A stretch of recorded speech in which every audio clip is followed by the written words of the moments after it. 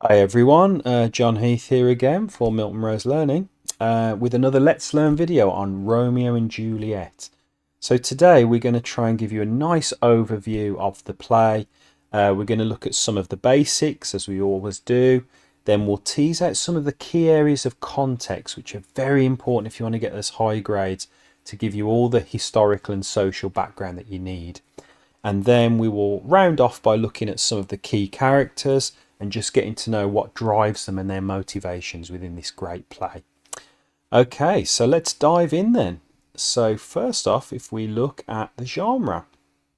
So first off then, this is very much a tragedy, a tragic romance, and it blends together elements of family feuds, drama and youthful passion. So Shakespeare explores this kind of passion as it collides with political tensions and maybe even fate itself. So it's a very deep play in that sense, that's exploring massive issues of love, politics and fate.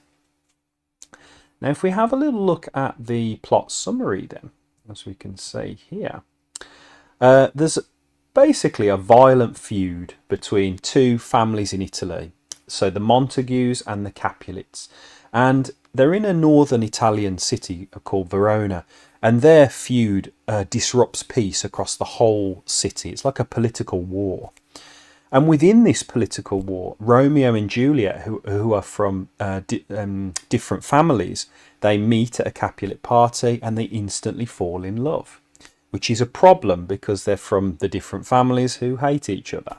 So this could be a bit of a tricky one.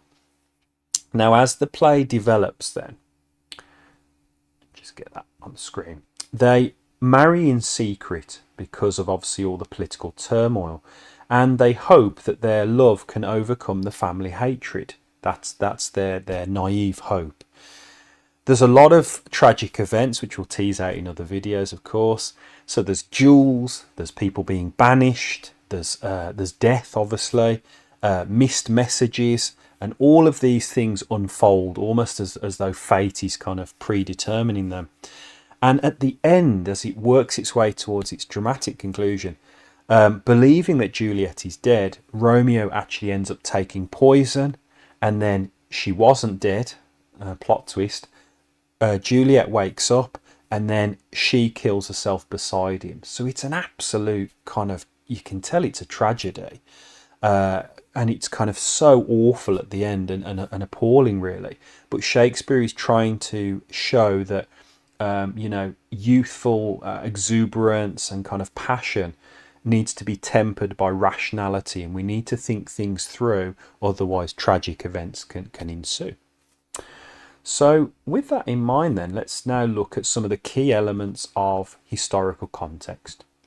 Okay, now as we know, kind of writers, famous writers, don't write in a bubble. Okay, so they are influenced by history and society at the time. So let's look at Elizabethan society, which is when this play was written by Shakespeare. So as we kind of know in most Shakespeare plays, it was a patriarchal era. So women had to kind of follow men up to a point, and they didn't have as much freedom as they do now. So for instance, Juliet, so she kind of has to marry who her father wants, which is a character called Paris in this play. And she has a little bit of freedom, but not that much. So that creates tension when she doesn't want to marry Paris, and she ends up marrying Romeo, obviously, because she's not following that patriarchal code within the Elizabethan society. So that will always lead to tragic consequences. It was an honour-bound culture as well. So your family name was everything. So if somebody, for instance, kind of besmirches your name or dishonours it, then that could lead to a blood feud, which would lead to then duels or potential death and violence. So it was a real kind of passionate culture within Italy at this time and within Elizabethan society. So it's very important to understand why they're fighting and why their family honour means so much to them. Okay, then let's look at religion and fate. So here then, there was a strong belief in, obviously from Christianity, there's a strong belief in fate, in sin, and in divine punishment. So love and passion were okay, were acceptable parts of human nature, but they were seen as extremely dangerous unless they were taking place within the framework of marriage. So hence all the passion which Romeo and Juliet are showing when they're not married leads to Elizabethans being very kind of suspicious of that, and maybe, kind of foreshadowing that this is not going to end well, before, prior to their marriage. So religion and fate do play quite a big role in this play. Then moving forward, just to build on what we were saying a minute ago, is family honour is inescapable within this play. So feuds and duels were common, kind of within this kind of era. Honour had to be defended through violence most of the time, and it led to things called blood feuds, and blood feuds could go on for generations. We're talking 50, 60, 70, 80, going up to 100 years, where one family just hates another to such a degree where they can't even speak to each other, and sometimes they may even have forgotten why the feud actually began in the first place. So it's very important to wrap our heads around that concept of family honour in this period, because it really defines the conflict between the Montagues and the Capulets. It's a really, really important part of the play. Okay, now let's round off by having a good look at some of these key characters and what happens to them in Shakespeare's tragedy. So first off, let's look at Romeo himself.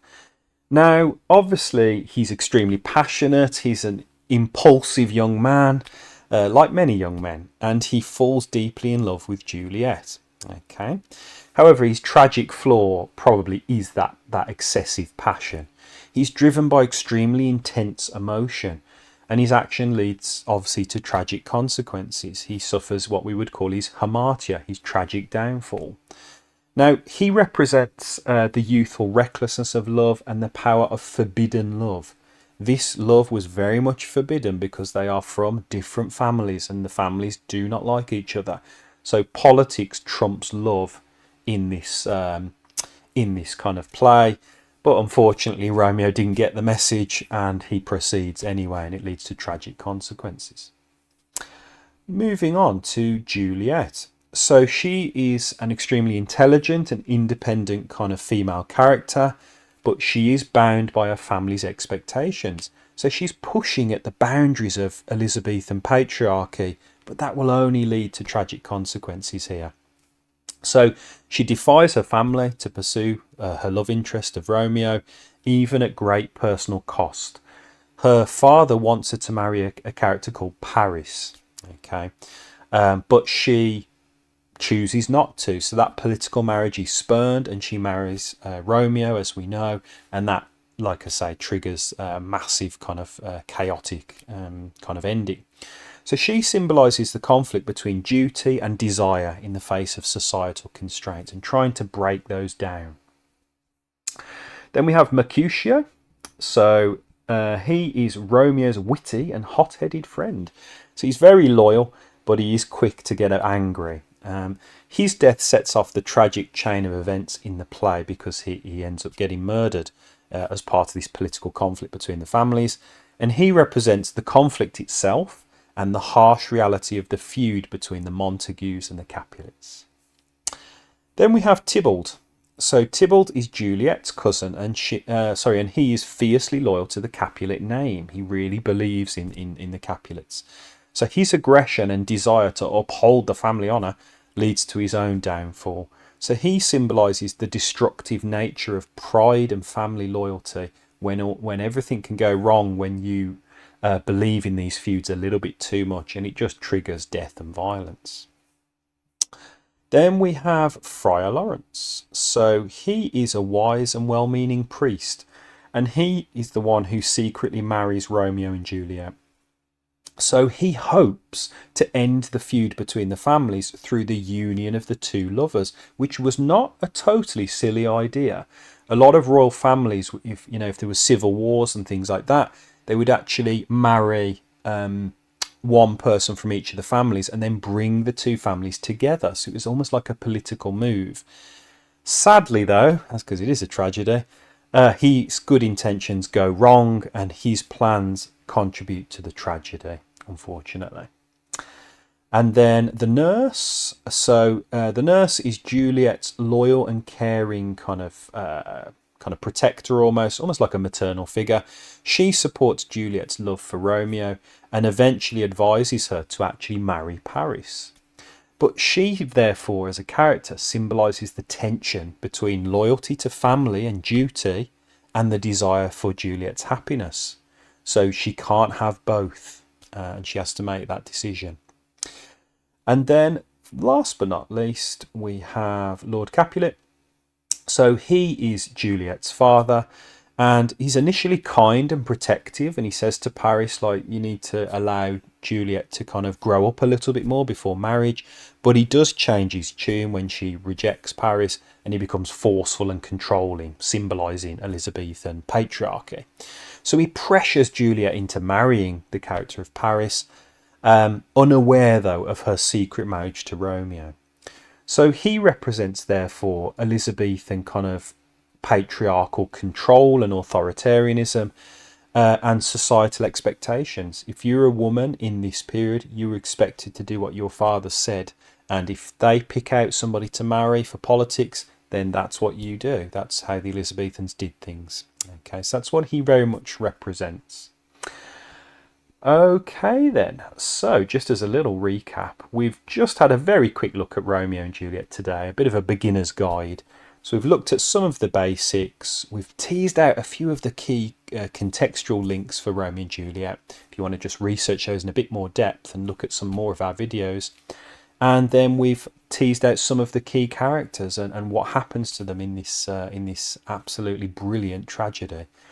Now, obviously it just remains to say, please, if you could hit the like, subscribe and the bell icon. It really helps us grow as a channel and helps us to kind of make more videos as well. And it just remains to say, on top of that, thanks for watching and hopefully you've enjoyed it. Just keep looking at any more videos and we will see you soon.